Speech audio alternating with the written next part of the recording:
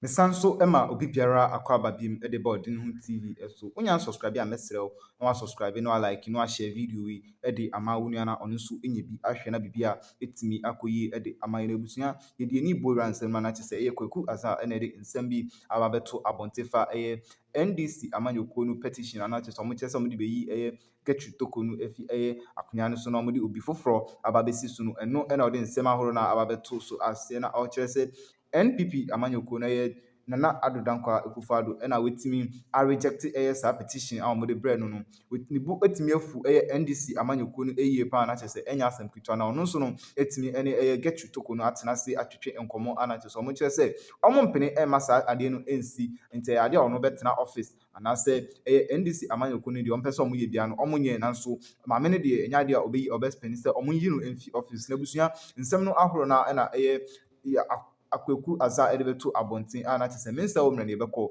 nya kwakotie no bida wase. Professor Stephen Kweku Aza has actually reacted to letter showing how President Nana Dankwa Akufo-Addo handled his petition for Chief Justice Tokuno's removal.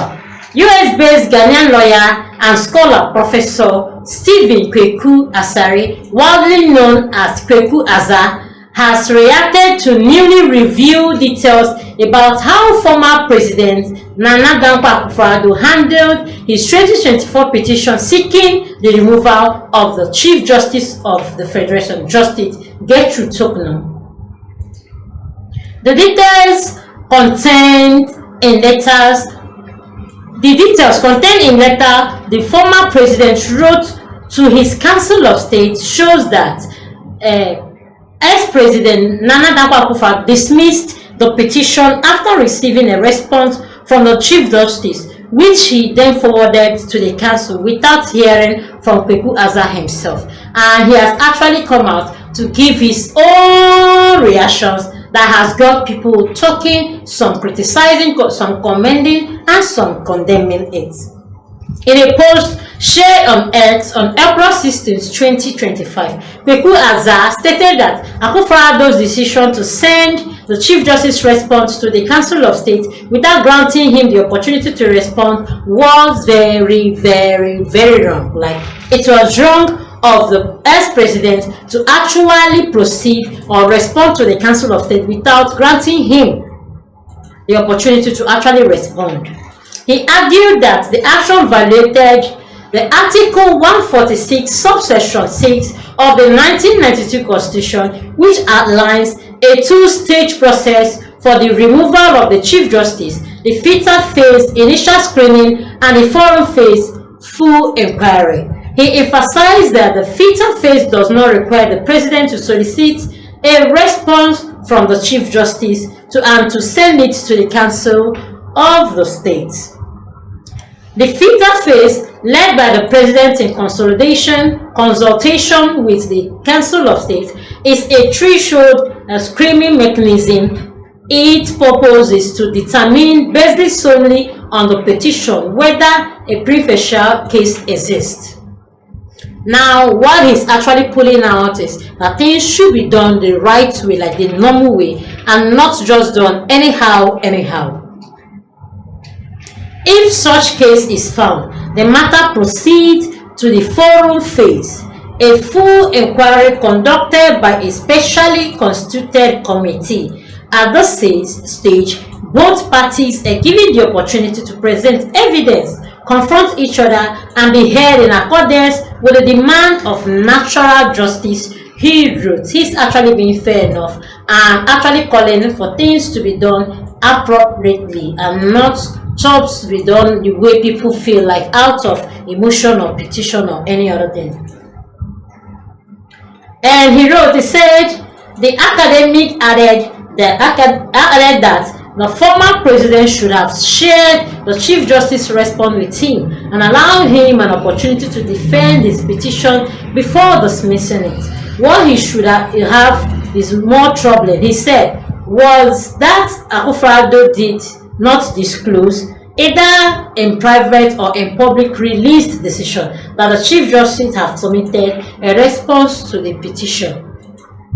More disconcerting is that In his publicly released decision, the president made no mention whatsoever of having received such a response. This was not a trivial omission, it concealed a procedure choice that has significant implications for fairness.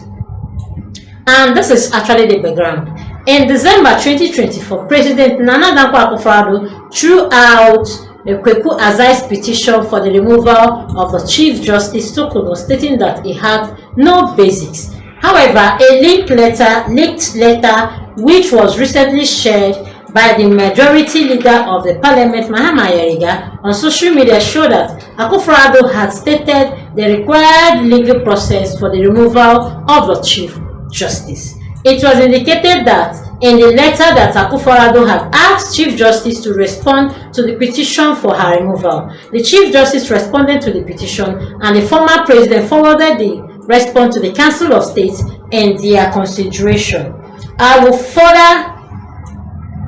write further to my letter dated December 18th, 2024 to you, forwarding a copy of the petition dated December 17th, 2024 from one petition, Professor Stephen Kweku Asare, known as Azar, by a letter dated 20th December 2024.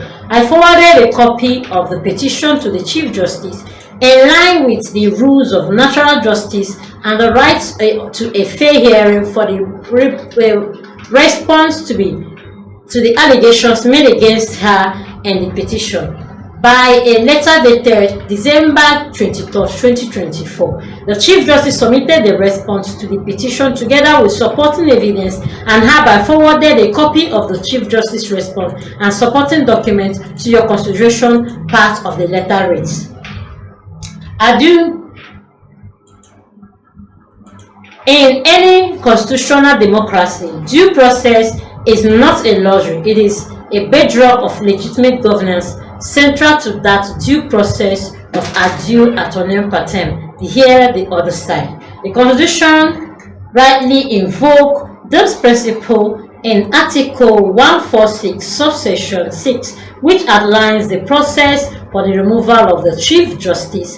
It does so by establishing two distinct phases, a filter phase and a forum phase. The filter phase, led by the President in consolidation in the Council of State, is a threshold screening mechanism. The purpose for the determination based solely on the petition whether a prima facie at least exists.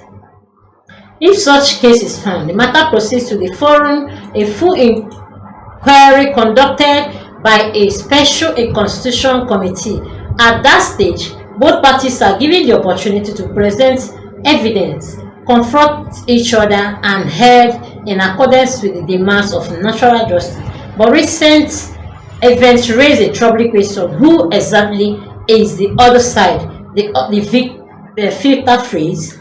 I recently submitted a petition for the removal of the Chief Justice consisting with the Constitution design. I expected the President and the Council of Elders to assess the petition based on its content, nothing more. The filter, I understood, was not a forum for adjoining disputed facts or entertaining private defense. However, I have now discovered that the President elicited a response from the Chief Justice before concluding that no prima facie case existed. More concern is that his publicly released decision, the President made no mention whatever of the having issues in such response.